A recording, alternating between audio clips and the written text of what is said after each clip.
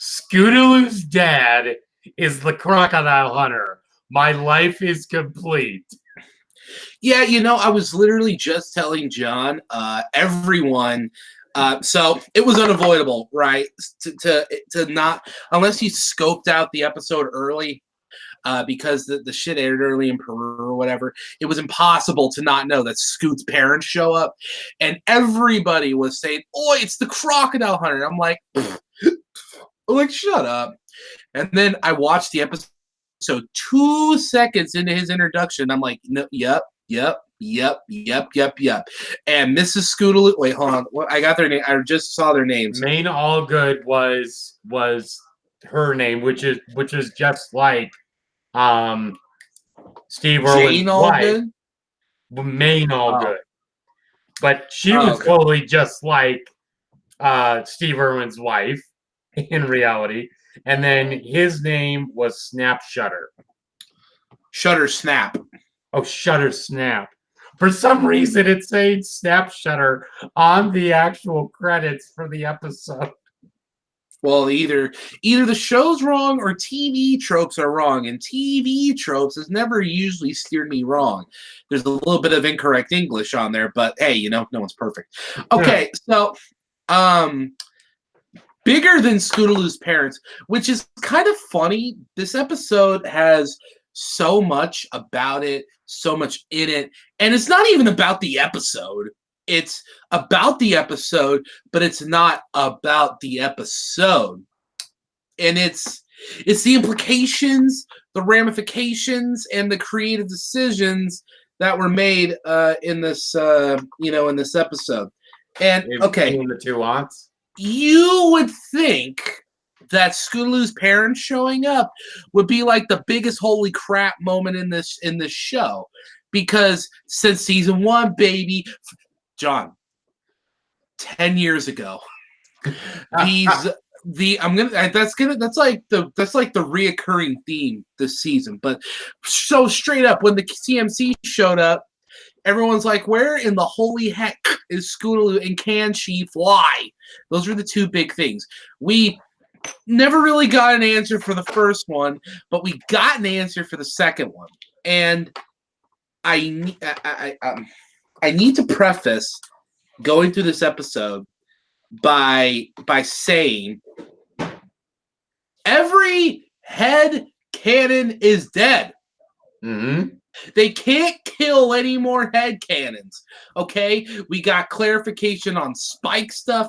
We got clarification on other main 6 stuff, and now we have this season could have been named 2 things. Either one, they should have been called it the Head Cannon Killer, or B, tying up loose ends the season. We have plot synopsises for the next couple episodes after the Sisters episode, and I just scoped them out. They're spoiler free, and yeah, dude, they're tying up some loose ends like you wouldn't believe. I'll tell you, during the break, because I'm pretty sure it's going to be after next week, is definitely going to be us doing at least a video kind of going over the synopses that we had so far and kind of general discussion, as we always do, because that shit is always so much fun.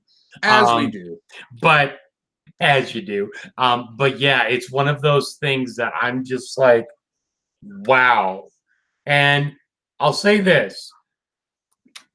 Talking about the aunts, Aunt Holiday and Auntie Lofty.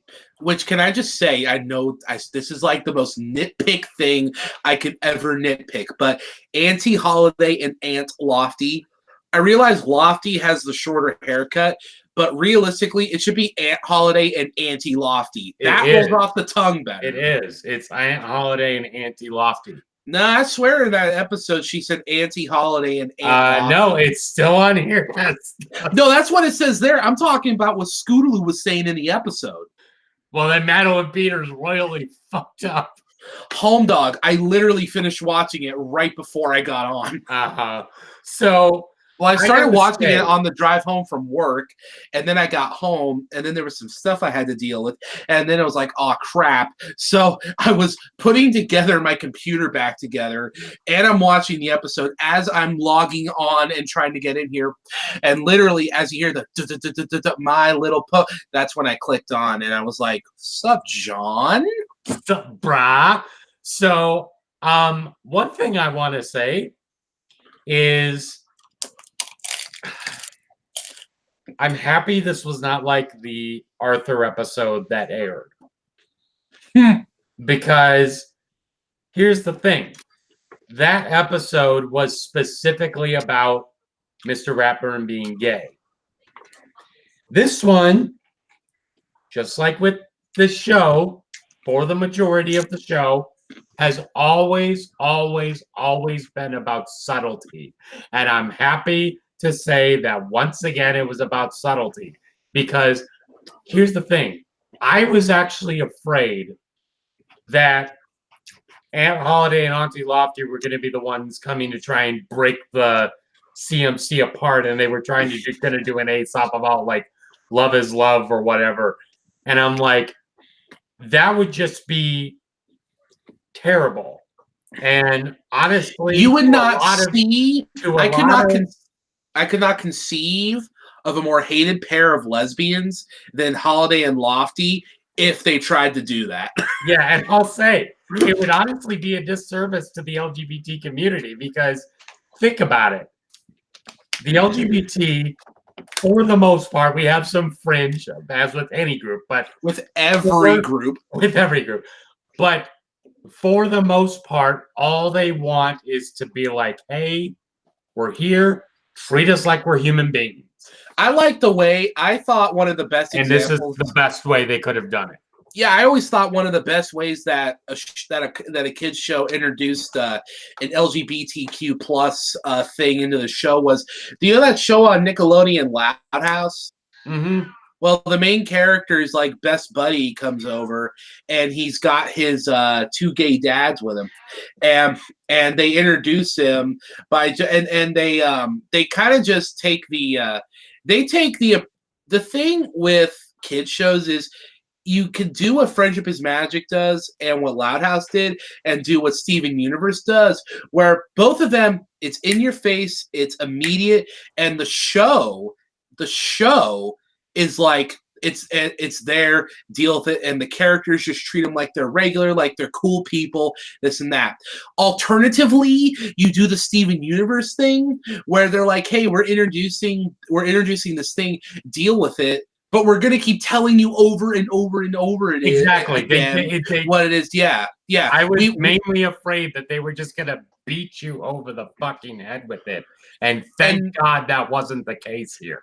And the problem with that is that you start to encourage in people's mind that instead of treating people equal, it's treating people with special treatment, or that they're exempt from other facets of life that people suffer from. It's a case of, you know what's funny? Knuckles from Sonic Boom, the TV show, summarized it best when talking about feminism. Yeah, it was a weird episode. That was a good show though. Cartoon Network needs to bring that show back because that was a great show. By the way, I gotta say, two of the best lines from that show was when Eggman's talking to Sonic over like a campfire, and he's like, "Yo, Sonic, bro to bro, what's up with you and Amy?" And it's like asking the real fucking questions. And even better when you had Knuckles, it's like, it was something where Sonic said like bravery is my middle name or something, and Knuckles is just like, I thought your middle name was the. That was such a good show. Anyway, he said something like, he said, I forget, I'm paraphrasing because I can't quite remember, but he essentially said, if we treat things like they're the exception and not the rule, then nothing truly gets changed and equality is never truly achieved. Again, paraphrasing because he said it different. My point is, the show literally was like, hey, here's two ants. Here's two mares. They're Scootaloo's ants. They're both ants. They're taking care of her. Everyone thinks they're cool, and they're cool. So we cool. And I'm like, yes, yes, we are. I love their design too, because it shows that they're still different from each other. Like one of them knits, and the other one is like a baker or something. But like even with their main styles, they're so different. But at the same time, you can one of them has like totally like one of them has like the nice. One of them has like the nice long ponytail. That's Holiday, and then Lofty has the "Can I please speak to the manager" haircut. Has the Karen cut. But so what I love, and I gotta say this, and then we'll move on, because I know we're talking about this a lot, but I have to say they did such a good job. I could go on a lot more, but I figured you wanted to move on. Yeah. So it's one of those things that I have to say. What I love here is that their personality-wise, they're like the cool family, like cool extended family member too. They're like the grandma that it's like, I'm hungry, and they bring you out a big spread, you know, or it's like the cool uncle that's like, hey, we're gonna go fishing and hang out, and you know, or an aunt going out, hey, we're gonna go roller skating at a roller rink or something, you know, stuff like that. I would love the cool parental figure. I would love to see Scootaloo in roller derby. Right? She's just elbowing Phillies in the face. Okay, so let's talk about the entrance, but the intro. But before that, I need to say something. I swear, this is my new favorite thing to say. On a stack of Bibles, I swear, I thought, before watching the episode, I thought to myself, what if they canonized the term Philly Fooler? I was like, their cold cuddling are the weirdest amalgamations of this whole fandom. I'm just saying, they finally pulled the trigger. I'm just saying, they finally pulled the trigger. So I'm like, why not? I normally am very against stuff like that, because I feel like it gives a fandom too big of an ego when the show acknowledges them too much. That's what hurt Avatar and Korra and Voltron, legendary. Defenders of the Universe, Legendary Defender. Anyway, point is, of the Universe, Defender of the Universe, the new one on Netflix. First 2 seasons were great, but then it fell apart. My point is, when the show gives back too much, then the fandom gets too ahead of itself. But the Brony fan has been pretty good. So the entrance, Scootaloo is there's a cult running through Ponyville, and he's looking for the Cutie Mark Crusaders. Scootaloo summons him. She says, I'm at my house. And I'm like, house? But then I'm like, oh yeah, I remember that episode where she was throwing all her Wonderbolt stuff away. Okay, cool. And the dude goes to the house, and then there they are, the two Philly foolers themselves. The dude goes in, and Apple Bloom and Sweetie Belle, who, good God, Claire Corlett cannot hide how older she's gotten anymore. But I don't mind. Out of all of them, I have to say, because they have their cutie marks, I'm fine with their voices being a little deeper now. Because that's what I'm saying. They physically grew up and metaphorically grew up. Yeah, no, it unintentionally adds depth to a show that honestly could have started adding less depth after season 4, but they're like, nah, we're making this the deepest show of all time, mother hoofers. And I'll tell you this, you got some unintentional symbolism. So he goes in, and he's like, yo, dog, I got my cutie mark. They're like, oh, cool, with what? Knot tying. And then Apple Bloom's like, did we suggest not tying to him? And he's like, well, yeah, you see, first I tried to commit suicide, and then I tried to... No, so he's like, I tried boating, nautical crap, then fishing, and then I'm like, yo, dog, I could tie knots. And it's like, and then he bounces off, and they're like, man, we rock. And the ants are like, hey guys, we have actual characters. We're not just, We're not just a freaking we're not just political opinions on a megaphone. And the CMC are like, man, this is gonna age a lot better than half the stuff they put on Netflix. And so she gets a telegram that says Scootaloo's parents are coming into Ponyville.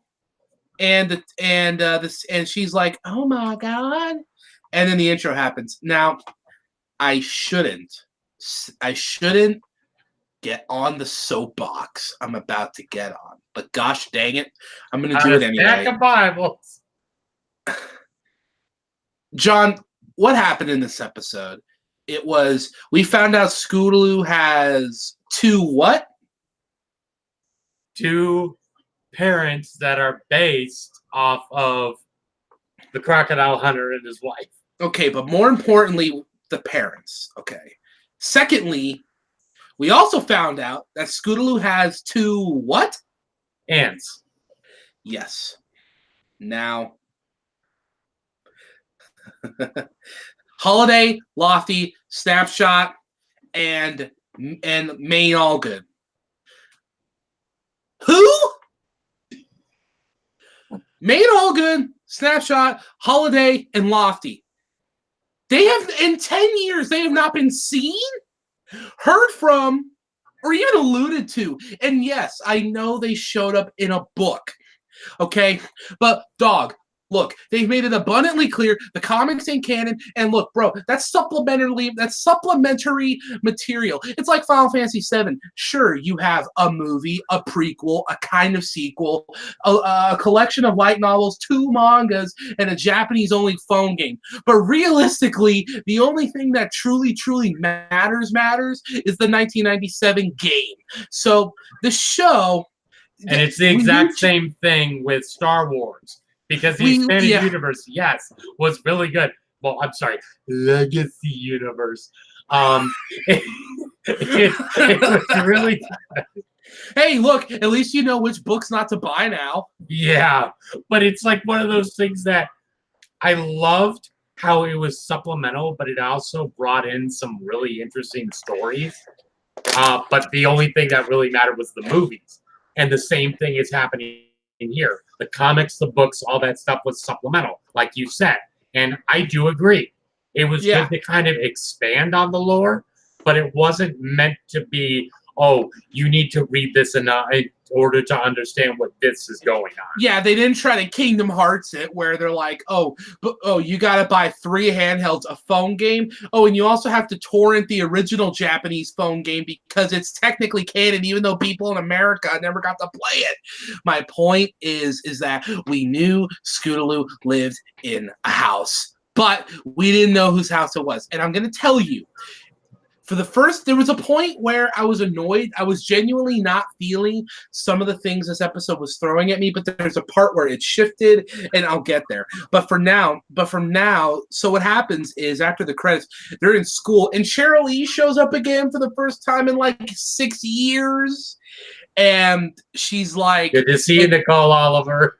Yeah, and it's like, and Scootaloo's bouncing off the walls, and she's like, dude, my parents are coming into town. And here's my main issue, and I want to try to articulate it because I have a problem with saying stuff too bluntly. So if you feel my stuff unapropos, please feel free to interject.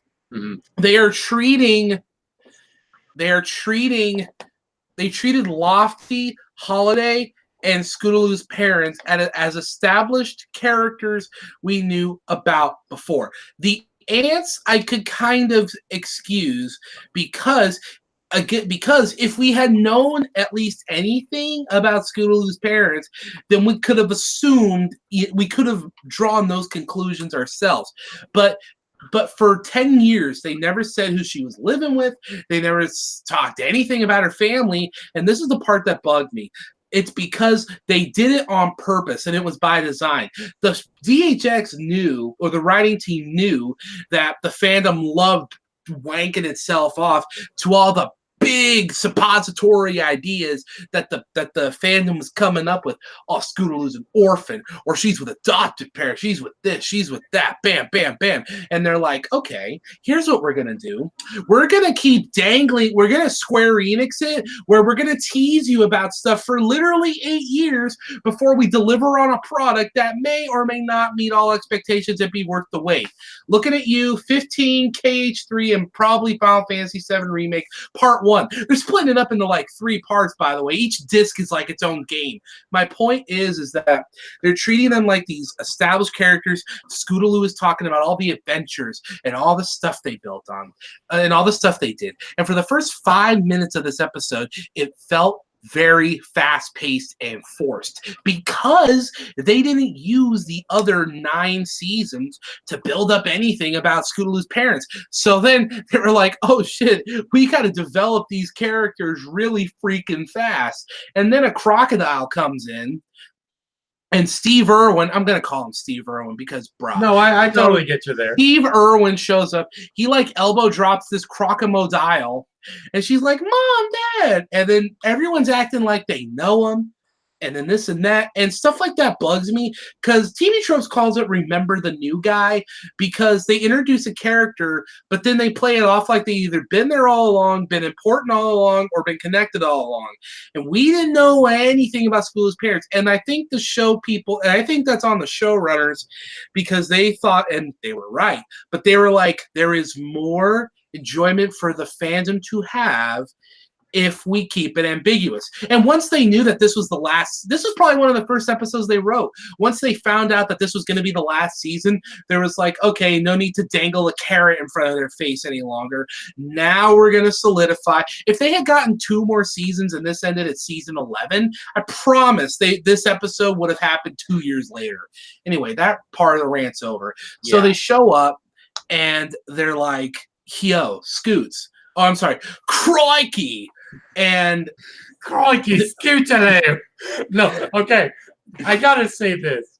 This is just a random tangent, but there were these dudes that had a brony. You're talking mod. to me about random tangents. You're incoherent. They had a brony mod of Minecraft, and they were throwing eggs, and they're just talking, and then they had one of the chickens come out colored like Scootaloo, and I swear that one of this dude had a fucking Australian accent. Literally, he's like, "Oh my god, it's Scootaloo! It's Scootaloo!" Oh god, like, I'm sorry. I just love the Australian accent. It's just gold mine for awesomeness. But yeah, it's like, crikey, Scootaloo, how you doing, oh bugger? So they're talking, Scoot's parents and her, and they're like, and she's like, Mom, Dad, I like heck of missed you, brah. And they're like, oi. And then she said, Ma'am, are you guys gonna stay a while? And then they're like, oi, which is Australian for, yeah, we got a job that'll let us be closer together. And Scoot's like, wahoo! And then the parents are like, yep, we're going to stay the weekend, and then we're going to rip you away from your friends and family and establish life forever. And they're going, they do a pony.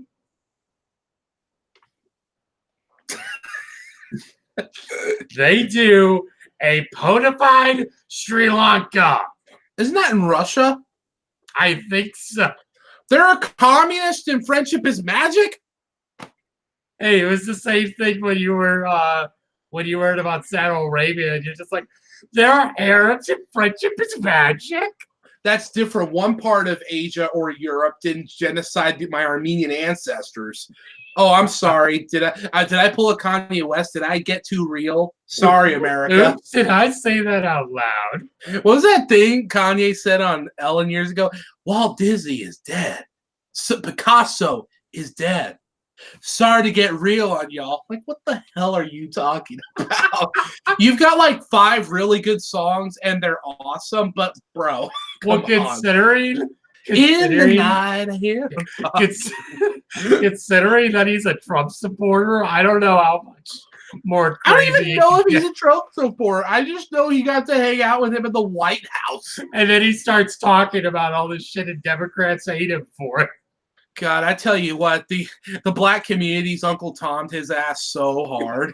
I know. So anyway,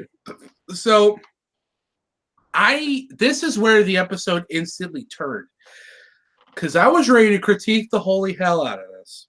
But bro, and I'm trying to imagine watching this on television. Because coming back from a 2-minute commercial, they go to the CMC's clubhouse. And Apple Bloom has her little gavel. And she's smacking the gavel.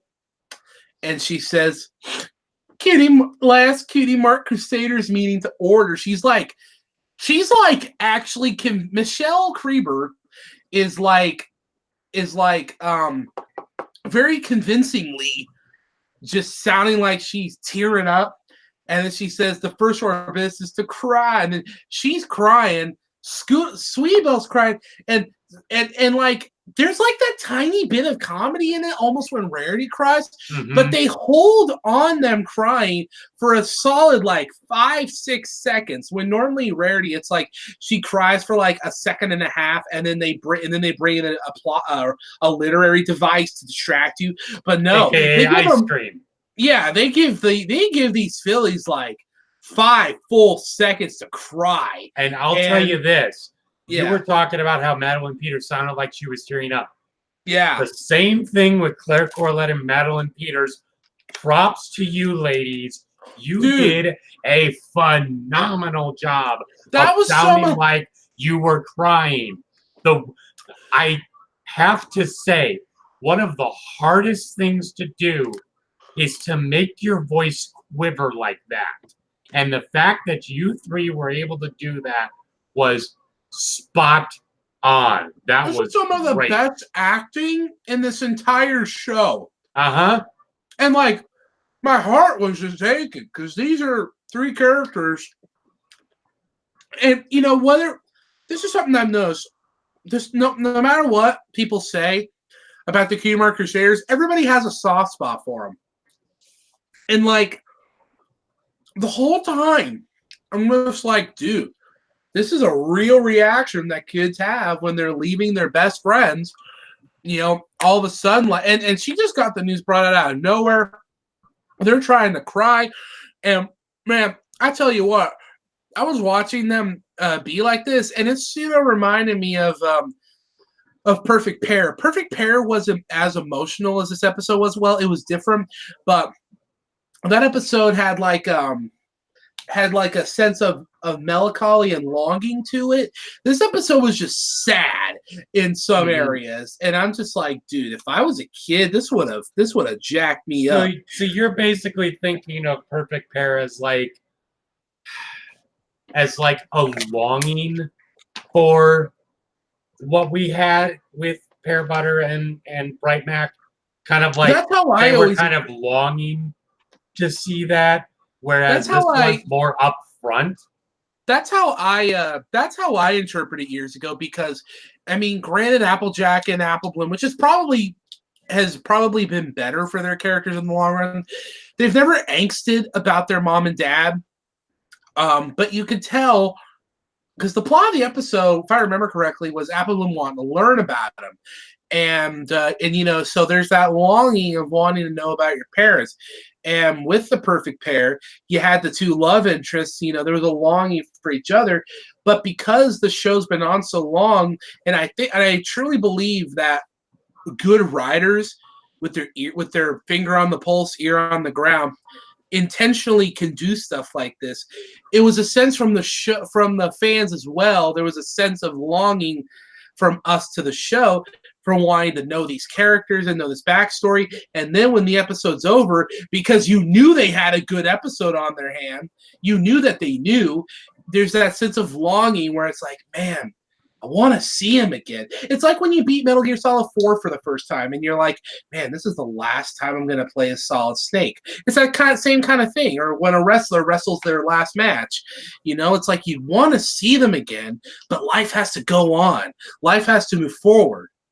The difference is, in some cases, your career's over. In some cases, they're dead. These are 3 kids that have spent most of their childhood together, and they still have their entire lives ahead of them. Yeah. And so it's just melancholy, and I love it. You were talking about Perfect Pair and how you explained it there.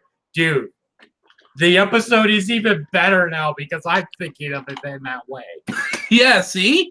I'm telling you, man, when a show like this is as tangible as it is, there's something special and potent about it. We talk about it all the time. You can make episodes like that, and that's how it works. I think so. Dude, do you realize that we're going to have that exact same feeling after the show ends? You know what I'm going to do? You know what I actually feel like doing? I almost want to go put on this episode again and just watch the crying scene again, because I'm such a sadist when it comes to characters I love. You love seeing them cry or go through emotional turmoil. Specifically, I'm a firm believer, and maybe this is my years of, playing Kingdom Hearts and Metal Gear and watching Neon Genesis Evangelion, but I have a firm philosophy that the absolute best way the true best way to develop a character is change the status quo, even in small ways. But very few things do that. This show did, i.e., the 2 biggest things I can think of: Alicorn Twilight and the Treehouse. But those are just 2. The show's had a buttload of status quo changes that even if you don't like them, you just have to respect. But my point, the other best way I think to develop characters is to have characters, for lack of a better word, is you have to have them suffer. You have to have them go through stuff. You have to show the highs and lows of their emotions. But the key, this is the key. They have to go through, it's kind of like that Don Bluth philosophy when he was writing Secret of Nim and American Tail.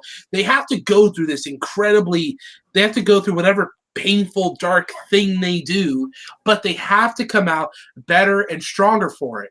But the key is, and they can do it they can have help, but the key is they themselves have to acknowledge it, learn along the way, build upon it, and reflect. Now, I know that sounds complex, but even in a show like this, it's really easy to do. And the CMC did it across this episode. And I'll tell you this, you just mentioned Don Bluth there. Yeah. You realize that his philosophy was you could go as dark and as sad as you want. Yeah. As long as you have a happy ending. As long as you grew up with An American Tail. Yeah. And with Land Before Time. Oh yeah, Land Before Time. That was know how Don Bluth works. And yes, he goes really fucking sad, really fucking dark. Really quick. Has a happy ending.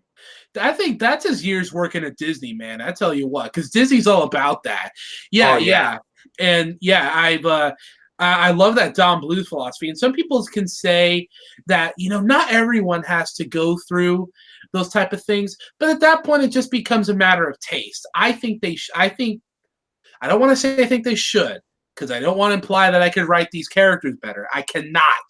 But my point was that watching this crying scene and other times when they're emotional throughout the episode, you get the sense of desperation and urgency more than any other CMC episode. And here's the real important reason why I'm harping so much on all these exquisitely positive things about this episode. I'm still really pissed about that go-kart episode. Okay? And this episode is finally, I am finally been paid my dues, and I have finally washed the taste of that episode out my mouth, and the show has finally written a great CMC episode again, and I'm like, you know what? I don't care how pretentious this makes me sound. I was like, you know what? I forgive you. Yeah, right? I totally get you. Now, I have to say, I love how Rainbow Dash comes in at the end of this. Oh my God. And it's like, you're the CMC. You can figure this out. You guys are so good at this. And I love how it keeps going to them trying to make her parents understand, but it's still not working because what was great is that the parents' logic wasn't incorrect, because did you notice every time they had a rebuttal for something Scootaloo and her friends came up with, it was actually a sort of Aesop that was either used in the show or would be the Aesop used in any other episode.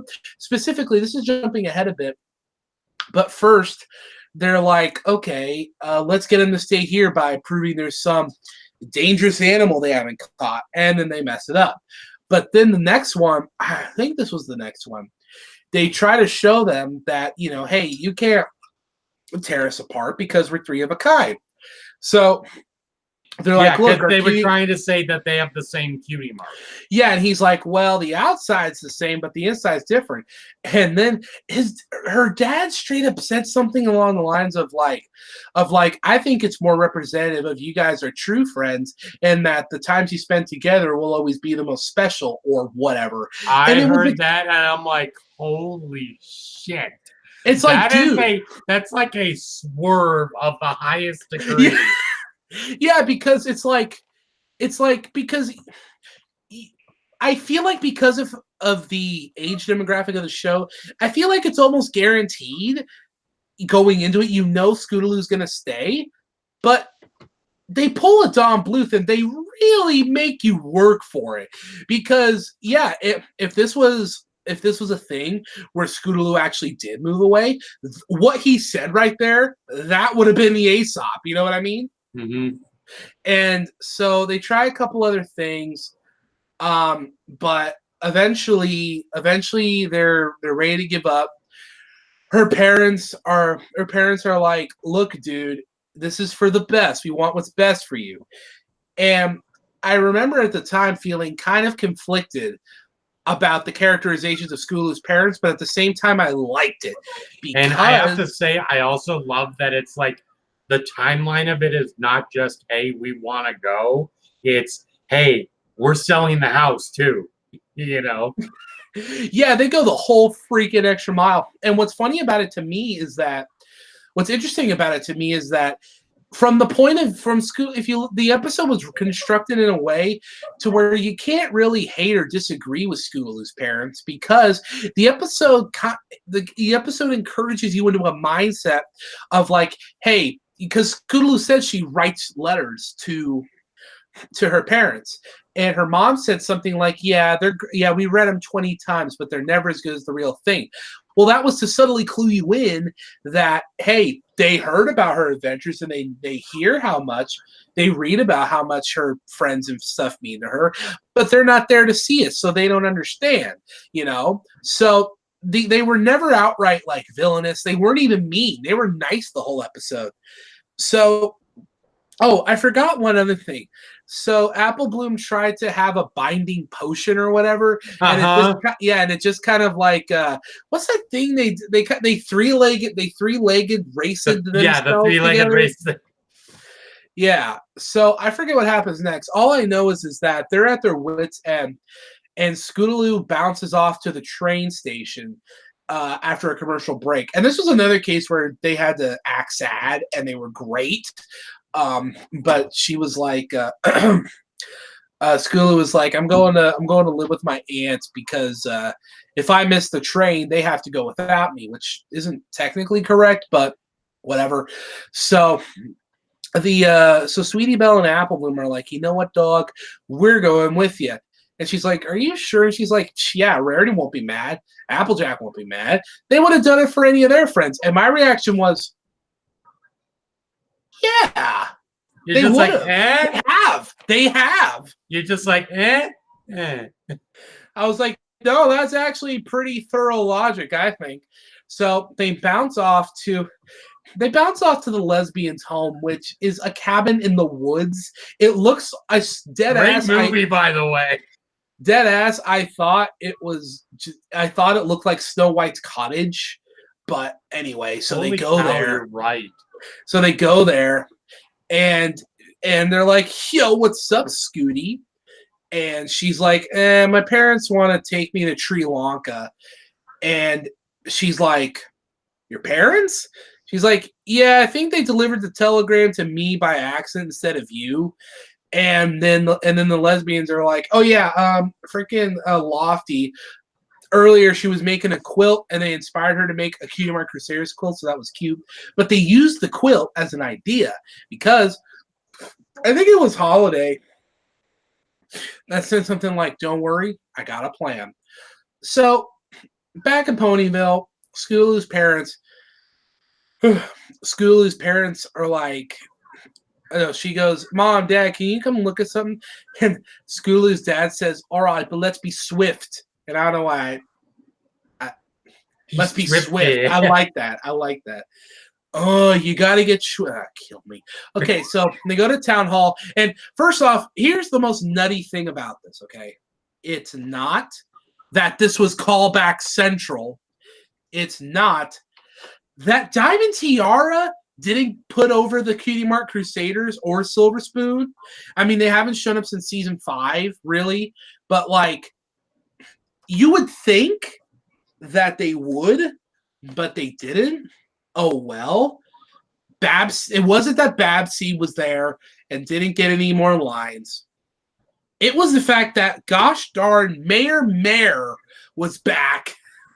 Mm-hmm. And there's a city conference, and they're just putting over the CMC. And I gotta say, praising them. Question for you: does this not look like one of those Silver Quill videos? Oh God! Well, totally. It looks like one of those. Yeah. Damn it. Yeah, you're right. But so, I gotta say, I love that they bring back everyone. Terramar's back. You have fucking Gabby's back. Yeah, finally. I noticed that too. I was like, in their treehouse, they had photos of like all the ponies they helped, and Gabby was in there, and I was like, there you are. Like one of the few one-off characters people actually want to come back. Like, bro, I'm not saying that people didn't want like Sunset Shimmer and say Trixie to come back, but bro, all we want is Gabby. Give Gabby a Moondancer a spinoff 2K19. That's all I'm saying, dog. Mm. Okay, so like I was saying, they're praising and praising and praising. They're putting them over like they're the next big thing. Like Hulk Hogan leaving the NWA to go to Vince McMahon in 1982 type of push, okay? And so the parents are like, you know what? You're right. Just because we're your folks, we've also been gone a long time, and we shouldn't have just made decisions for you without asking you. Scootaloo, we're sorry that we didn't act like actual parents in the 10 years this show's been on. Our bad, LaMayo. And then, so like I thought, Holiday is Snapchat's brother, but Snapshot's the younger one. And they're like, well, you sold your house. And they're like, damn it. But the lesbians are like, nah, dude, we burned down Equestria for insurance money, so we got reimbursed enough to get the house back, to buy the house. We're going to move to Ponyville. Was that the implication that Auntie Lofty and Holiday, I almost said Halliday for some reason. Halliday. That Holiday and Lofty got the house that was sold? That's what I was saying. Yeah, they were like, that's why they're like, yeah, God helped us burn down Equestria for insurance money, and we got reimbursed enough to buy your house in Ponyville. So we're coming to Ponyville, and Scootaloo's like, yay, or whatever. And then, the episode ends. anti-LGBT activists in Podiva will be so peeved. Anti-LGBT ponies. I mean, bro, we live in a fandom where I have seen people unironically make Nazi ponies. So I mean, it's not the weirdest thing. So okay, that was the episode. Now, I'm gonna give this episode a 9.75. It's practically a 10. I think there's like 4 episodes of this season I need to rewatch, to make sure my scores are right. But this one is like frenemies. I'm gonna give this one a 9.75 because I feel like it could be a 10, but I'm not sure.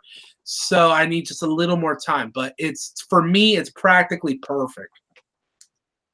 Yeah, I totally agree with you. You know what? I'm gonna give it a 9.5. This was a really, really good episode. And yeah, it was just really good. The dilemma was good.